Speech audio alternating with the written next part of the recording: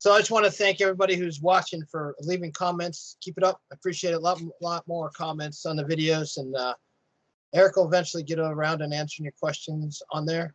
I don't know if you go on and read the comments. Well, yes, I read the comments, but I couldn't get my computer to respond. Somebody hacked us, I think. They've completely scrambled our email and access to everything, and viruses, and gosh, Karen tomorrow is going to go into some local like nerd squad type of thing, and see if they can figure out what happened and why. It was at least a week ago or something, but all the thousands of emails deleted, other ones junk, other stuff thrown into the garbage, and virus notices coming up, and it's like, oh gosh. So I'm not sure what's going on. That's beyond my capacity to. All right. Well, I just wanted to thank everybody for leaving the comments, and keep them up. The more comments, the better the algorithm works for us. So plenty of new subscribers. So I appreciate everybody. Well, I think we're talking about Fear of YHUH, right? That's what we talked about talking about. Yep. Of course, anytime you present a subject, so it's going to be a roundabout sort of approach. But I sent to Eric an email with 100 different scriptures that say Fear of YHUH. So I'll put that in the comments. I'll link to it. Okay. Thank you. And I just want to open up in a word of prayer. Sure. YHUH, thank you. YHUH, thank you for everybody on this call. Everybody who can't make it, just bless this message, and that we learn to fear you in everything we do. Amen. So Brad Scott, when he was around, he died a few months, I guess it was this last year. He made a point that everything that we need to know is in Bereshit, in Genesis. And you can reduce that. I think it's a rabbinical study. Just so people know, definition of terms. Rabbinical Judaism is its own basic religion. But rabbinical... Eric, can you tell us who Brad Scott is? Because you keep bringing him up, but maybe people don't know who he is. He had a ministry called Wild Branch Ministries, and it probably is still up. He was a Hebrew scholar. I believe he was a pastor, minister, and he was, in some circles, the favorite guy to have speaking at conferences for at least 20 years that I know of. And he came, I lived up in Portland, Oregon. He came to Portland numerous times. Never could engage him in a conversation. I tried to quite a few times, and he was always busy or exhausted. And then he had an accident, a car accident, in that he was riding in the back of a travel trailer. His wife was driving. Never do that. It's illegal, but he was riding in the back of a travel trailer, and she lost control, and the thing rolled, and he was inside of it and got really messed up. And then he ended up getting some kind of cancer, and was it 6 months ago he died? Something like that. Maybe it was a year and 6 months ago. Anyway, he did a tape series called Words Mean Things. And for somebody who's just starting to learn Hebrew, that's a great, highly recommended series. Very simple. So one of the things he said, which is actually a rabbinical study, and when I say rabbinical, what I started to say was the rabbis are a certain, you might say, group of thinkers, a type of thinking, ardent studying. The erudite, you might say, about the scriptures. So they go into studying the scriptures, but then they have their way of interpreting things, So for me to say the rabbinical study is, or what, from what I hear about what the rabbis have determined, I'm not promoting or pushing rabbinical Judaism. I'm just referencing somebody else's effort to study. But what they say is that everything we need to know, or everything of great significance and importance, you might say, is in the first book.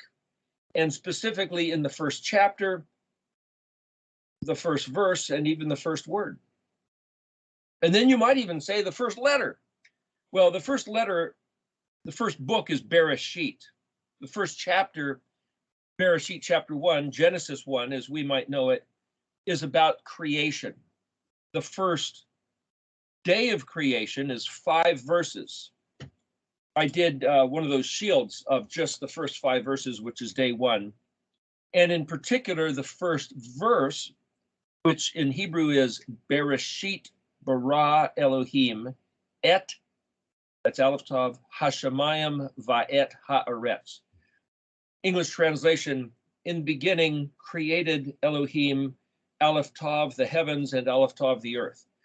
So the first word, Bereshit, and then Stan Tenen, I've made mention of him, Miru group, M-E-R-U, Miru.org. He's not a believer as far as I know, but I'm not accounting for anybody else's beliefs.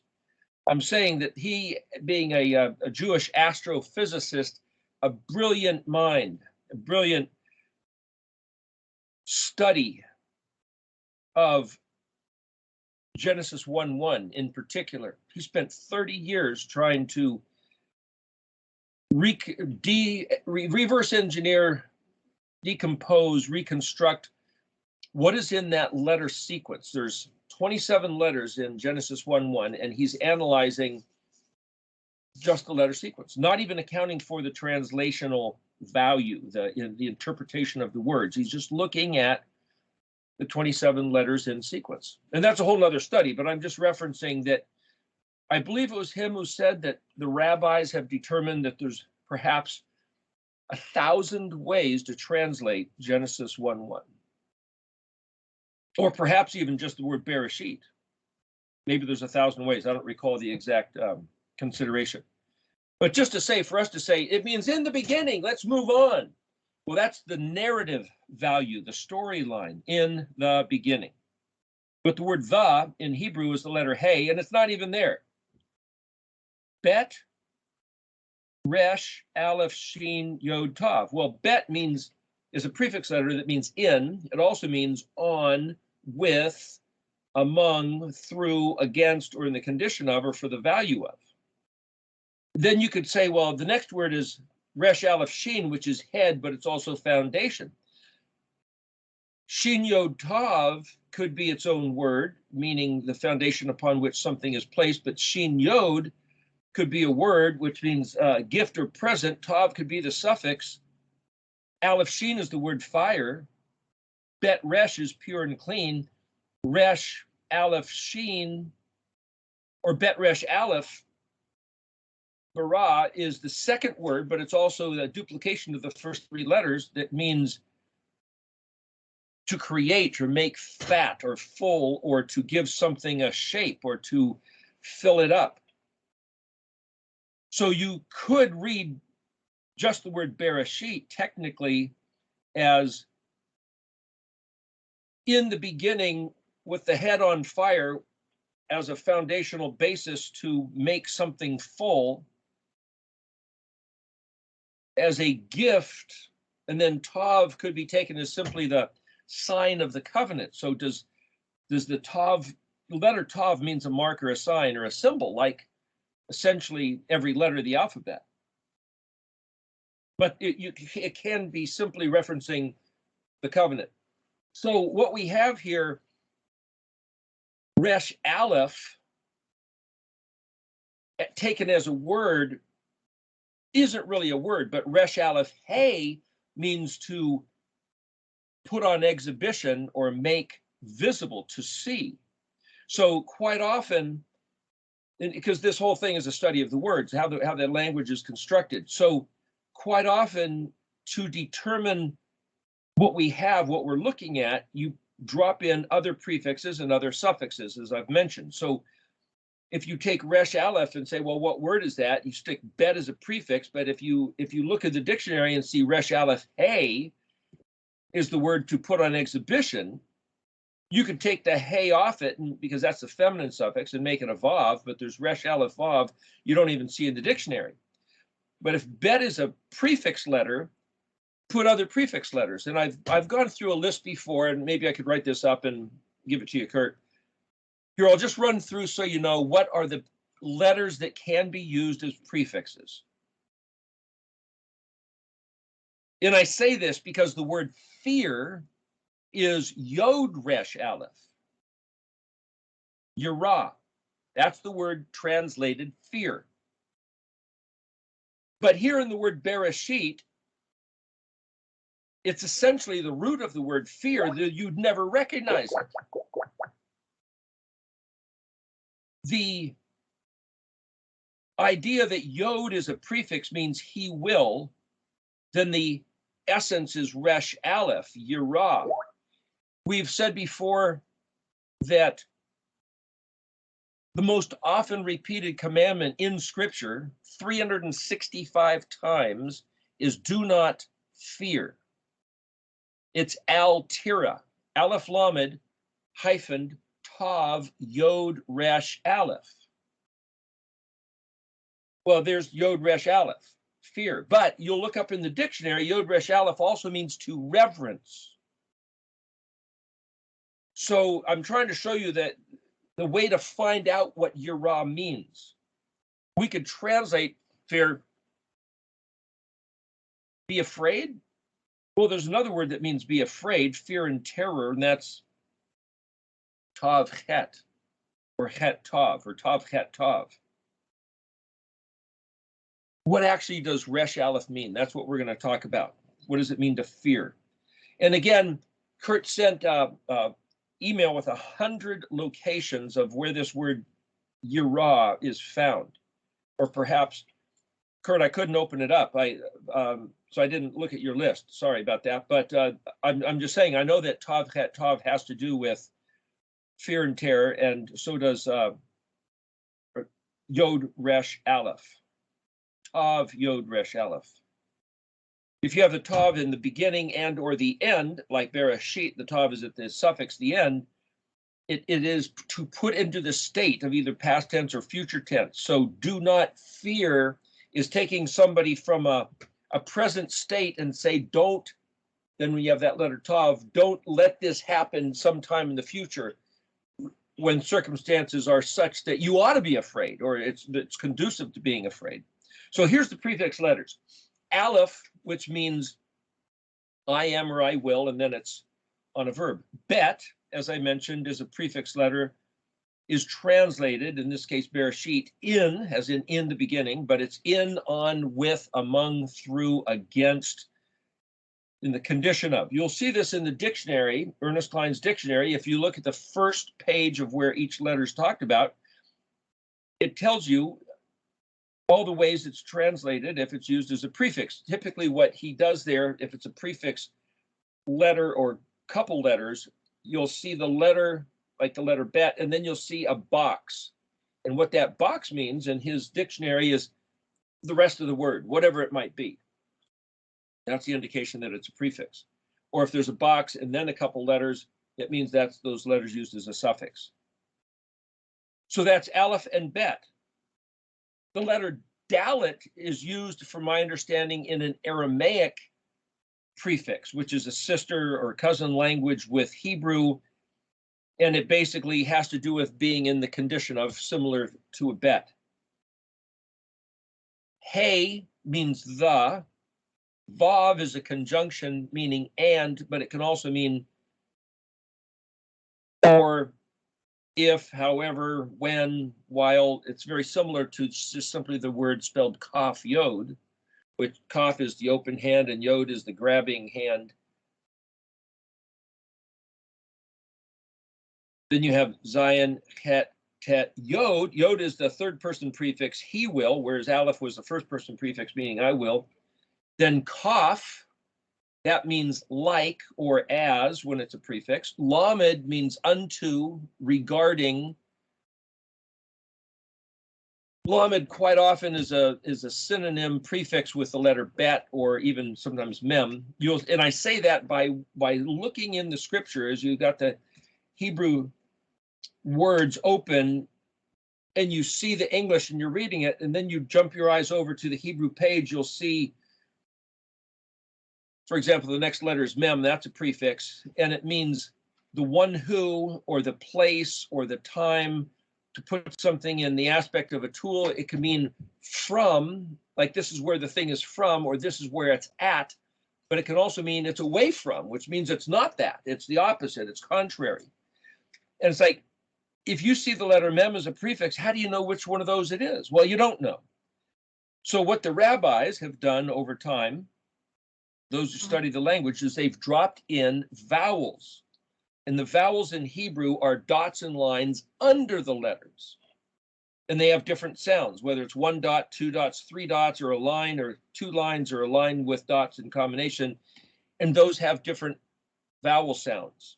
Some of them are really close together. It's not just A, E, I, O, and U. Those are called the Masoretic vowel points, or the nikud, N-I-Q-U-D, which means dots or marks, nicked, making marks on something. And you could say, well, were those authoritative from the ancient days of the beginning? Well, it was verbal, so the nikud weren't written. So the ancient Hebrew has no vowel marks. Well, those were plugged in sometime after the days of the Babylon captivity. And so some people say, well, they're not legit. Well, if the language was only spoken, like in English, we could have the word spelled R-E-A-D. Does that mean read, or does it mean read? Does it mean to read, like let's read this, so that's a future projection, or I have read, that's past? Well, it's just R-E-A-D. But we know if we pronounce it read or read, it's one or the other, but it's spelled exactly the same way. So the same problem in Hebrew. So in the days of the Middle Ages, the Masoretic, as it's called, scribes, they finally decided, look, we're losing because of the dispersion and the rabbis getting killed and the Inquisition and all. Let's just put in vowel points, and that will lock in the interpretation. So they'll put down, for example, if it was either read or read, it's either future tense or past tense or existing, or yeah, but are they accurate? Or is it possible that Hebrew can be read in more than one way? It's my consideration that because Elohim calls himself the one who was and is to come, it covers the whole scope. Therefore, I choose to believe and read these words as if they cover the whole scope. It's not only past or only future, because I've found the professional translators at times will translate a verse in King James as, say, past tense, and yet in the Hebrew Tanakh, it's translated as future. In other words, they'll say, he will do such and such, and yet the King James says he has done. And what I found in my own mind, studying scripture, is that if I read a verse and say, well, he did that a long time ago, ancient history, okay, whatever, it has nothing to do with me now. But if I read this, like, oh, he will do that, and it's like, well, has that happened, or is that in front of me? Is it just in front of the people that the text was concerning? Or is it something which I need to consider because it's my future reality? And what I found is that a simple translation mechanism, the Tav, and I thought, well, if the Tav's at the beginning or the Tav's at the end, like Al-Tira, do not fear. Well, the Tav's in the beginning. Tav, Yod Resh Aleph. That's projected in the future. Okay, so maybe if the Tav is the suffix, it's the future, and the Tav is the prefix, it's the past. And what I found is that that's not true. You can't count on that, because I've found words with the Tav as a suffix. For example, Tav Yod. I've seen it as a suffix, Tav Yod. It translated as I will, future, or I will have. Well, that's past. I will have done that already. You can't tell. Don't let it bust your chops. Don't let it scramble your composure. So it seems like the effort of studying Hebrew is that there are getting a sense of something, like the Yod prefix, he will. Yeah, but it's not always he will. In fact, sometimes you'll see in the translation that he will isn't even part of the interpretation. He who, in English grammar in grade school, you have to learn the boy and his dog went walking and he picked up a stick. He who, the boy or the dog? You have to identify, but in Hebrew, they don't do that. And so it's really loose. It's not exact. English has to be exact. They drill that into you that it's got to be exact, but in Hebrew, I'm just telling you what I found is that it's not. And so quite a bit of this effort is to try to determine what is really going on. And the meanings of the letters is a clue, but the meanings of the letters don't necessarily even hold as a fixture the essence of the word. For example, Bereshit, we'll take that as the first word. Bet is house. Resh is an honored or an honorable man. Aleph is an ox. Sheen is teeth or fire or that which consumes. Yod is a grabbing, holding hand. And Tav is a marker sign. So we could say house, man, ox, teeth, grabbing hand, insignia. So then the task of the translator is, that's just the word Bereshit. We're going to say it means in the beginning, but now it's up for the real translator who doesn't want to just take that one word value and say, is there a story? What do I do with that? Well, I could look at it another way and say, there's a house. And the first letter of the first word, as I said, that some recall or regard that as being this preeminent message. Well, in the Hebrew Tanakh, it's an enlarged letter. And you might think like the what's called the illuminations of the Middle Ages, what the monks, the scribes would do is they have the first letter be really prominent. So for example, in English here, see they have that big letter I for in. Why do they do that? Well, because it's the first letter of the text. But if you look at the Hebrew side, see that enlarged letter bet? Well, that's what they call one of the anomalies. One of the Monty Judah did a whole study, said that's one of the jots or tittles. It's not an illumination. It's not just big because it's the first letter. It's an anomaly of the text and it means something. That's why it's big. But so there's this whole study. Well, why doesn't it start with Aleph? Why doesn't the Bible, the scriptures, the Torah, why doesn't it just start with Aleph if Aleph is the first letter? It's a mystery. Why should it start with bet? Why should the letter bet be big? But see, I could then take this picture of Bereshit, not as a word, but as a picture, and say, well, there's a big house. Whose big house? Well, nothing exists yet. This is in the beginning. So let's just say it's the abode of Elohim. Bet. Resh, there's an exalted man. There is no man. So this is some sort of a Messiah concept, some exalted one. Is it Elohim? Elohim is infinite, non-materialized, some sort of spirit essence. So, but Resh is an honored man. So there's some kind of a Messiah figure, regardless of who or what that means or is. I can appropriate that to the Resh and then say Aleph. Well, Aleph is ox first. It's the silent letter, but it means powerful and strong like an ox. In fact, the first letter of Elohim is Aleph, and so the rabbinical concept is the Aleph itself refers to Elohim. But see, all that's inferences. But Resh Aleph means to make something visible. Resh Aleph Hey is to make visible. And then you have Sheen, but Aleph Sheen is fire. So you could say he had a fire in his head. The house, stepping out of the house is this Messiah figure, powerful to make visual fire. Yod, his hand, Tav. Marker sign. Well, a marker sign is like a letter of the alphabet. It's a glyph. It's a gramma. It's a graph, something written, something drawn.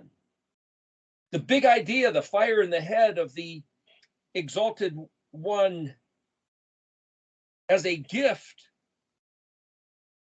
to put the hand to writing? Is that to suggest that the first word of Bereshit is that the most honorable thing he could do is provide literature? The idea of linguistics. It's one way to read it. Where's the fear? What's there to be afraid of? Well, if I go on to looking at the first verse in English, in the beginning of God's creating, says here, the heavens and the earth. Well, that's an incomplete sentence. If I read it, Bereshit bara Elohim et hashamayim ve'et haaretz, period, that's a statement. But here it says, in Stone's Tanakh, in the beginning of God's creating, the heavens and the earth, then they have a dash line like it's a hanging sentence. Verse 2, when the earth was astonishingly empty, with darkness upon the surface of the deep, and the divine presence hovered upon the surface of the waters. Well, again, it's a hanging sentence. There's not a period yet. We could look at that differently, but here, verse 3, this is the point I'm getting at here. Elohim said, let there be light, and there was light. Okay, now there's a period. I'll read verses 4 and 5, just so you get the first, the group of 5 verses for day 1. Elohim saw that the light was good, and Elohim separated between the light and the darkness. Elohim called to the light day, and to the darkness he called night. And there was evening and there was morning one day. What does this mean that he called? He called to the light, day! He called to the darkness, God! What does that mean, he called? Why I'm going on about this is that if the reality of what really is, of all that's important and all that can be determined, of all there is to be afraid of, is in the first book, the first chapter, the first verse, the first day, these first 5 verses, then there's something in here that's more than what we might have ever accounted for. So here, I'm going to do you a little bit of a favor. Perhaps some of you have never heard these first 5 verses read in Hebrew. So I'm going to read it kind of slowly and clearly, just so it goes in your ear. Bereshit bara Elohim et hashamayim va'et haaretz. Ve'haaretz hayata tohu ve'bohu. Ve'chosek al panei tahom. Ve'ruach Elohim merachefet al panei hamayim. Vayemer Elohim yehi or vayehi or. Vayira Elohim et haor ki tov. Va'ivdal Elohim bin haor ubin ha-chosek. Vayikra Elohim laor yom ve'la-chosek kra laila. Vayehi erev vayehi boker yom echad. Now, we could go through and give you some insight for every word, but we're not going to do that today. Though it's worth doing, that could be its own study. A few weeks ago, I discussed or promoted a concept in a book by Jim Holt called Why Does the Universe Exist? Why does the world exist? Why is there something rather than nothing? Now, I'm not promoting Jim Holt, and I'm not promoting his perspective. I suggested to someone the other day that they might find this book fun as a joyride, an intellectual joyride, just thinking, just presenting concepts of physics and philosophy. He doesn't even come to a net sum conclusion. It's just the joyride of thinking. And if you don't want to think, don't bother with it. It's not that big a deal. He's not ending up saying the world exists because God made it exist. He's saying in the very beginning of the book, that's what religious people say. They're not going there. Physics and philosophy is to say, let's just look at what's around us. Science. Let's just think. Sentient consciousness. And where can we go using those two devices? Science and logic. What do we come up with? To default to the religious answer is a cop-out and an avoidance of the matter. So, for example, in the olden days, from what I understand in the Middle Ages, people said, why does the sun come up in the morning? God made it arise. Done. End of story. Well, some cultures believed, apparently from what I hear,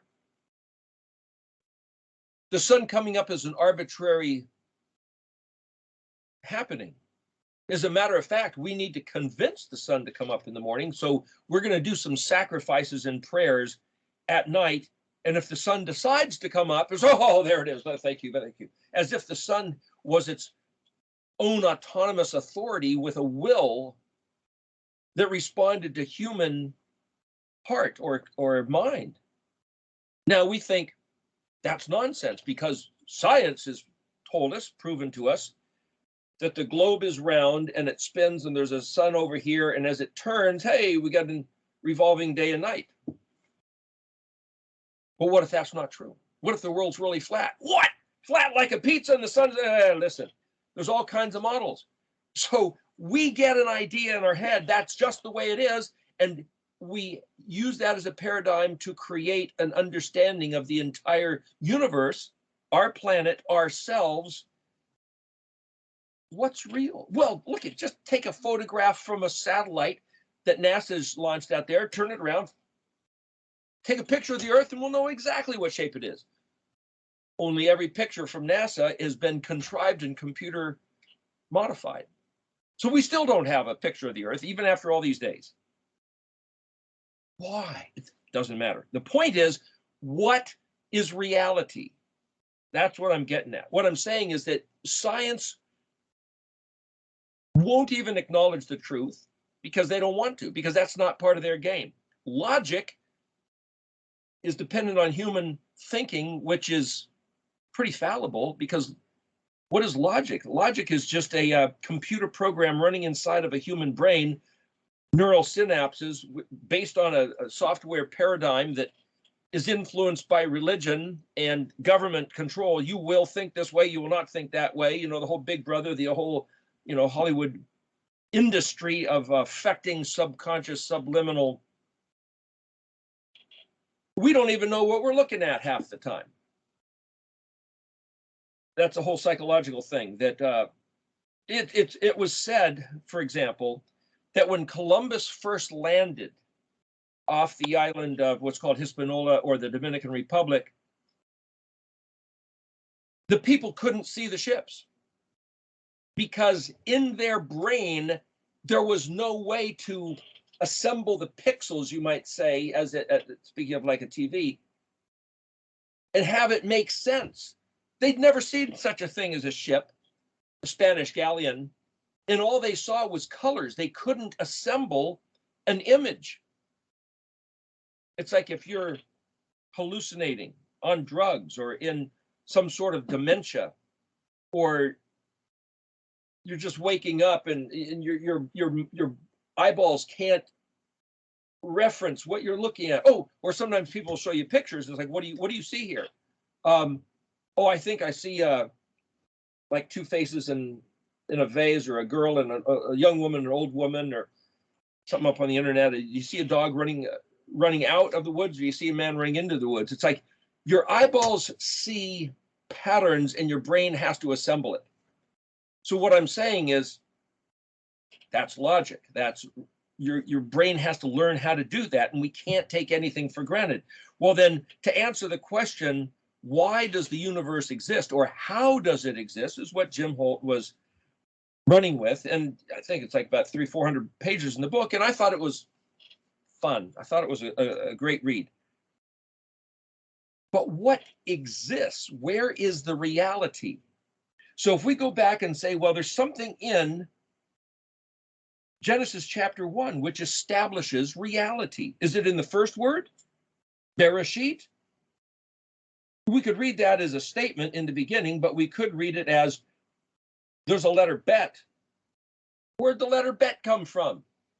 See, the study of the alphabet, this Hebrew study, is that referencing the Gospel of John, chapter 1, verse 1, which the Jews have no access to because to them, the New Testament is anathema, is a cursed, polluted piece of literature. Don't even waste your time looking at it. So they're not going to read John 1:1. They're not going to read John 3:16. No access to that information. But as I've said before, John 1:1 says, in the beginning was the Word. What word? The word is Elohim. The word is with Elohim. Actually, it says the opposite. The word is with Elohim. The word is Elohim. Elohim translated God in the King James New Testament. But the point is, what was that word? Well, it's Jesus. No, no, no. Jesus is the Latin English name assigned to the human that was called some Hebrew name. Some people think it was a Greek name, but that's the name on the human, which is the word made flesh. What's the word? It's a riddle.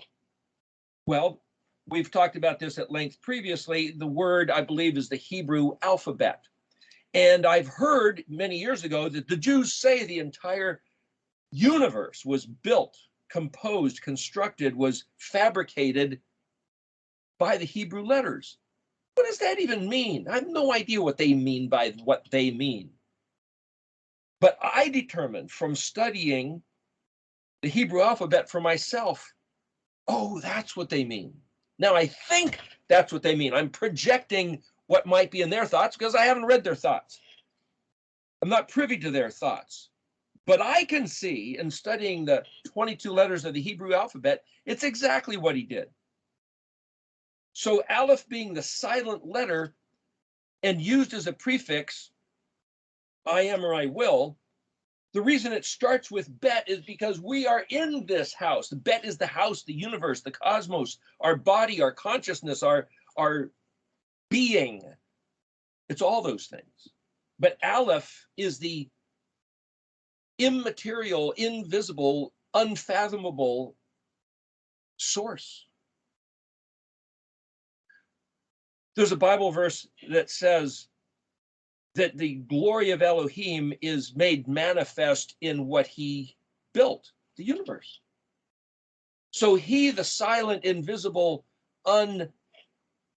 unexplained Aleph, just says, here you are in this universe, the betness. I'm the guy that put it there. I'm the guy that thought it up and made it. Okay. So for somebody to say, does God exist? What do you mean by God? Well, now you have to give definition. Well, by God, do you mean the guy that built this place? Does he exist? Does it exist? What is he or it? Silent letter. He doesn't even give himself, at this point, classification as it, he, or they, or some mechanism, some consciousness. Doesn't refer to himself as a being. It's just Aleph, the silent source, the strong, powerful, competent source, which is responsible for the fact that there's a Bet. You see a building? Did somebody build it? You see a hollowed out rock. Did somebody build it? Did somebody carve it out, or did the waters wash it out? Well, if it was the waters that washed out a cavern, then the water is the Aleph. If it was a person that carved it out with a tool, then the person is the Aleph. The Aleph is just the reference of the causal source. but it starts with bet. But if the first word is the alphabet, this whole study is to say, if we ponder the alphabet, the answer to everything is in the Hebrew alphabet. And there's 22 letters, and they're in a very specific order. Well, how do we know that's the real order? Starts with bet, it's inferred aleph, but wow, the next letter is resh. Why doesn't it start with the letters in sequence? David in Psalm 119 locked in the sequence. There's other chapters also of the book of Psalms that are referenced in alphabetical order. Also, Proverbs 31, I think starting in verse 10, it says, an Ashat Chayil, who can find? Which is to say, a valiant woman. And then it goes on, every statement starts with the next letter of the alphabet, 22 letters. Some people question the order of the letters. Some people think they're absolutely random. I just mentioned these two places, Psalm 119 and Proverbs 31, to say, as far as I'm concerned, because of proof and evidence I see elsewhere, it's locked in, it's standardized, and it was Elohim who determined the 22-letter sequence. Okay. For Bereshit to be the first word, well, let's back up. Yahuwah, Yod-Heh-Vav-Heh, didn't declare his name to be Yahuwah until Exodus chapter 3. But it says Abraham built an altar under Yahuwah. But then there's a verse where I forget whether it's in Genesis or Exodus, but Elohim said, Abraham knew me as El Shaddai, and by my name Yod-Heh-Vav-Heh was I not known. Okay, well then that means Abraham didn't call on Yod-Heh-Vav-Heh, he called on El Shaddai. But see, there's another translation that says Abraham knew me as El Shaddai, which is translated the Almighty, the Omnipotent. And by my name, Yod-Heh-Vav-Heh, was I not known? Well, that's a rhetorical question, is to say, well, certainly he was.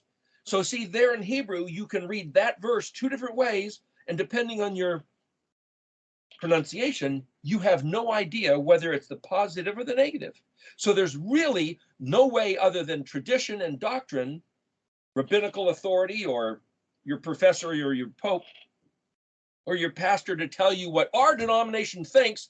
Abraham knew him as El Shaddai or Yahuwah or not. There's no way to know. Figure it out for yourself. There's no way to know. So what's that even mean? What I'm saying is El Elyon means El, Aleph Lamed, translated God, Elyon, most high, the highest of the heights. Shaddai means to provide the dispenser of benefits, but also the almighty, omnipotent destroyer of all opposition. That's a concept. Did Abraham have that name? Well, let's assume he did. Why not? The ancient Chinese believed in the Almighty's name as being something like Shangdi. Shangdi, Shangdi. Well, that's like a different syllabalization of Shaddai. So I can look at that association of phonetics and say, well, the ancient Chinese, very ancient Chinese, had the same name, the same disposition, the same renown of the Almighty creator of the heavens and the earth, as did Abraham. Approximately 2000 BC is when that came. And the most earliest Chinese language at the very beginning goes back to, from what I understand, to be 2500 BC, which was the era of the Tower of Babel. So it's said that at the Tower of Babel incident, where everybody was dispersed, somebody headed straight east and established the first civilization in the Chinese lands and knew Hebrew, because the three primary elements in ancient Chinese figures are the story of Noah and the flood with 8 survivors in a boat, and the Garden of Eden story and the Tower of Babel story. And then, of course, the Shangdi concept. But what I'm saying is that if you have to read the alphabetic letter sequence and say, what do we have? Aleph. Okay, why did he call his name Yahweh? That's the 10th letter, the 5th letter, the 6th letter, Yod He Vav, and then the 5th letter again, Yod He Vav. Hey, it's not even 4 different letters. It's 3 different letters and 1 letter is repeated. Why? Why would he do that? Because those letters mean something. And the only way they mean something is the alphabet in its composition of 22 letters in sequence had to already exist. And the letters find their value, their meaning, their essence, their weight because of which letter they are. The 10th letter, the letter Yod, is a direct link in a chain of communication between the 9th and the 11th. If the letter Yod was somewhere else, it wouldn't mean what it means. Same with the letter He and Vav. A logical, rational proof that the Hebrew alphabet had to exist in its integrity of the chronological sequence before he could even declare his name was Yahweh, or even El Shaddai or El Elyon. The letters mean something. So he had to establish the meaning of the letters. Okay, so if we go back to Genesis, it's a statement. In the beginning, Elohim created Aleph Tav, the heavens, and Aleph Tav, the earth. Well, that word Aleph Tav is never translated. It's said that the rabbis don't even know why it's there. The great sages, the wise men, this 2-letter word. In English, it would be A-Z, the first letter, the last letter, the beginning and the end. In Greek, it's Alpha and Omega. People are familiar with that, but not et. E.T. is the way it's pronounced, like extraterrestrial, and apparently Spielberg did that as a play on words, that movie. E.T., the extraterrestrial, Aleph Tav, kind of a messianic theme, Messiah figure theme in that movie. Some people don't know that. Anyway, when the earth was astonishingly empty, it doesn't say when, it's the letter Vav, Vev, He, Aret. So there you know that the letter Vav is not necessarily always and or, but it's when. It's then. It's however, it's a connecting concept. Vav is a connector, a yoke. Okay? Tohu vebohu. It says astonishingly empty because tohu has to do with like, whoa, your mind empty of thoughts. Oh, I'm astonished. I'm amazed. Is that all it means? Tav he vav? Bohu, bet he vav. Tav and bet, tohu and bohu, empty, void. We could sit here and ponder every one of these letters, but go back to the very beginning as science tells us. By what is the earth or the universe composed? Elements. Elements joined together to make compounds, which is everything we see. But what's an element composed of? Electrons and neutrons, protons, positive and negative charges. But this is formless and void. It doesn't have a charge yet. Well, what are electrons made of? Quarks, which are made of wiggling strings. What are the wiggling strings made of? This is theory, what's called string theory, quantum mechanics. A strand of massless information. That's what each string is. And then they're wiggling. Once they start wiggling, and then they join together and form a positive energy or what's called a negative energy, which 2 opposing types of energy, we can call it black and white or blue and red or silver and gold. It doesn't matter. It's not positive and negative with value. It's just 2 opposite types of charges which join or repel, and that sets up everything. A massless string of information is the alphabet. And then it says, so this is a time when nothing had been composed yet except the alphabet. But there wasn't even any charges that could combine. It was tohu vebohu. There was no bet, and there was a tav, but the betness hadn't yet composed and brought together a space and an object. Chosek al panei tahom. The word tahom is similar to tohu. There's a mem suffix, tav he vav mem. That's deep, abyss. But they said before it meant formless. A formless, deep abyss, that's a potential of like emptiness. But there wasn't even emptiness. It was all still apparently in Elohim's mind. And the word chosek, well, that's darkness. It also means illiterate and ignorant and incapable. So there was one friend who said, oh, Elohim wouldn't have made anything dark and evil and sin. Of course, that can also be called sin. So that must mean the devil was kicked out of heaven and caused what Elohim had made to become Chosek. You can interpret this any way you want. That doesn't mean it's true. It doesn't mean it's what it's trying to communicate. You want to believe that story? Go ahead and believe the story. Elohim made something wonderful, kicked out the devil. The devil came down to earth and wrecked it. And that's what this verse is talking about. It's not what it says, but you can pretend it says that if you want to. Go ahead. The concept of darkness and illiterate and ignorant means there's nothing there to comprehend. Nothing was put together yet. So it's talking about back in the days before anything was of substance. Anything could be perceived, anything could be read, anything could be called something. But there had to at least be the 22 letters. Al panei tahom. Well, the word panei is face, the face of the deep. Oh, that's the surface of the water? It doesn't even say there was water yet. Because if the molecules couldn't form because there was no charges to the protons and electrons, how can there be water? You got to read this like a riddle. Ve'ruach Elohim merachefet al panei ha-mayim. Well, right there, the face of the waters. What's the ruach Elohim? We've talked about this before, that the word ruach is mind, disposition, and expanse from here to there. So if the word existed, the alphabet, then between aleph and tav is the ruach, the expanse. Well, it's translated spirit or Holy Spirit, the ruach of Elohim. Well, that's the Holy Spirit. Doesn't say Holy Spirit. It says the mind of Elohim, the expanse that Elohim had already determined and then identified by these letters in Hebrew. Merachefet is the word for vibrating, oscillating, wiggling. Hey, there's the wiggling strings of string theory. The expanse of massless information is the 22 letters, and he started them wiggling in the face. Pene, Pei Nun Yod, face. Pei is that which opens. Nun is something that jumps out. Yod is possessive. It means my, but it also is a hand that causes something to work. That's like an open mouth jumping out. Hamayim. Hey, mem yod mem. Well, mem yod mem, that's simply translated water.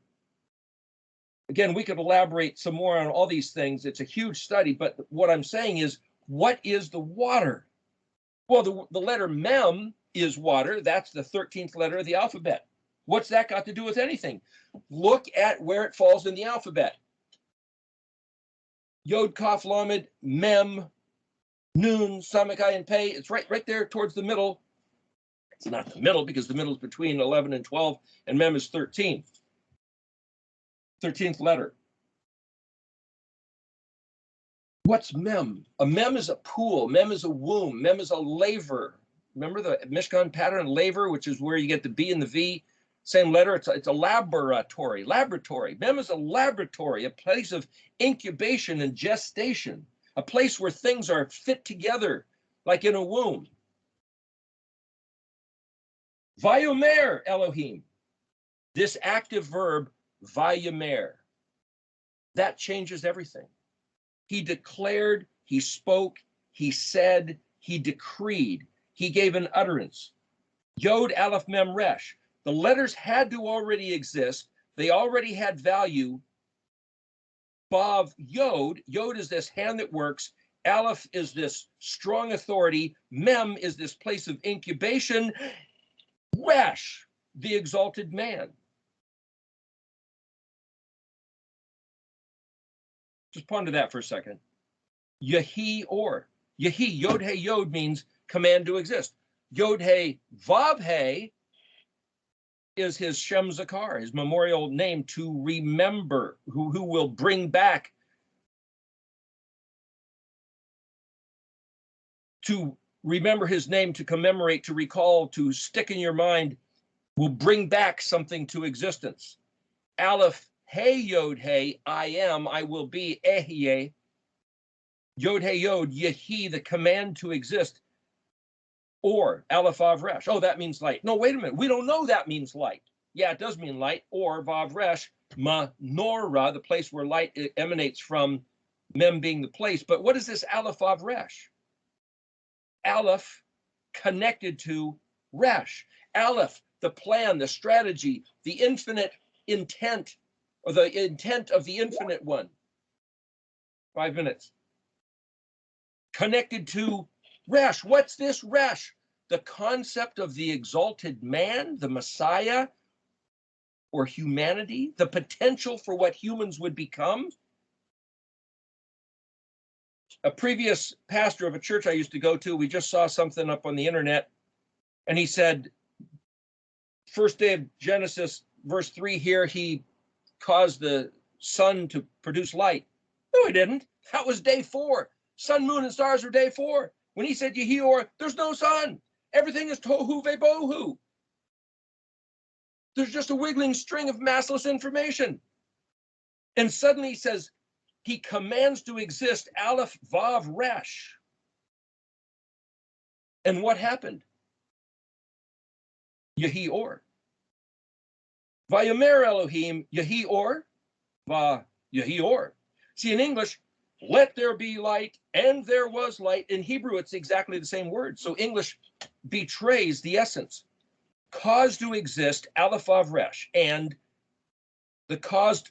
what became existing was Aleph Vav. So it's not caused, it's more like exist light and exist light. But Aleph Vav Resh isn't necessarily light.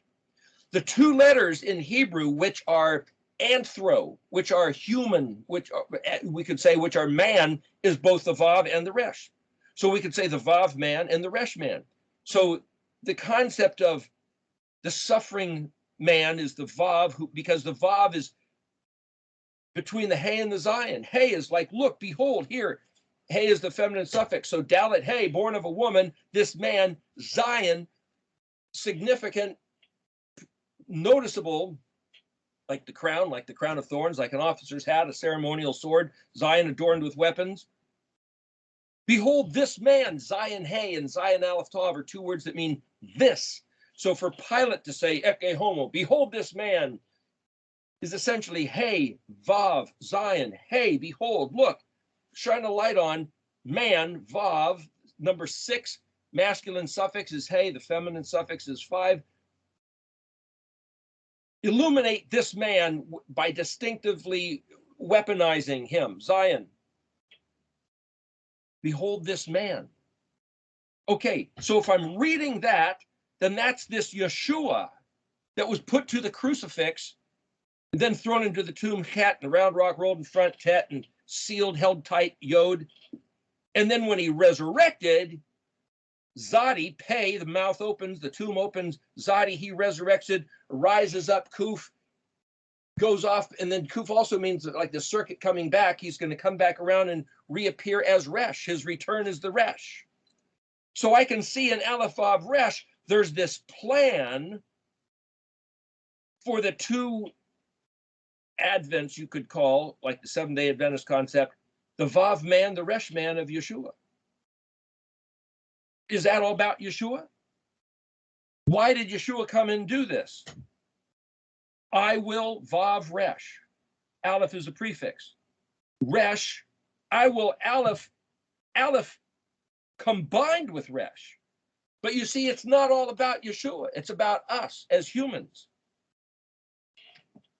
Yeshua was the prototyped icon archetype, but he said, walk in my ways, follow me. I'll lead you back to the house of the Father.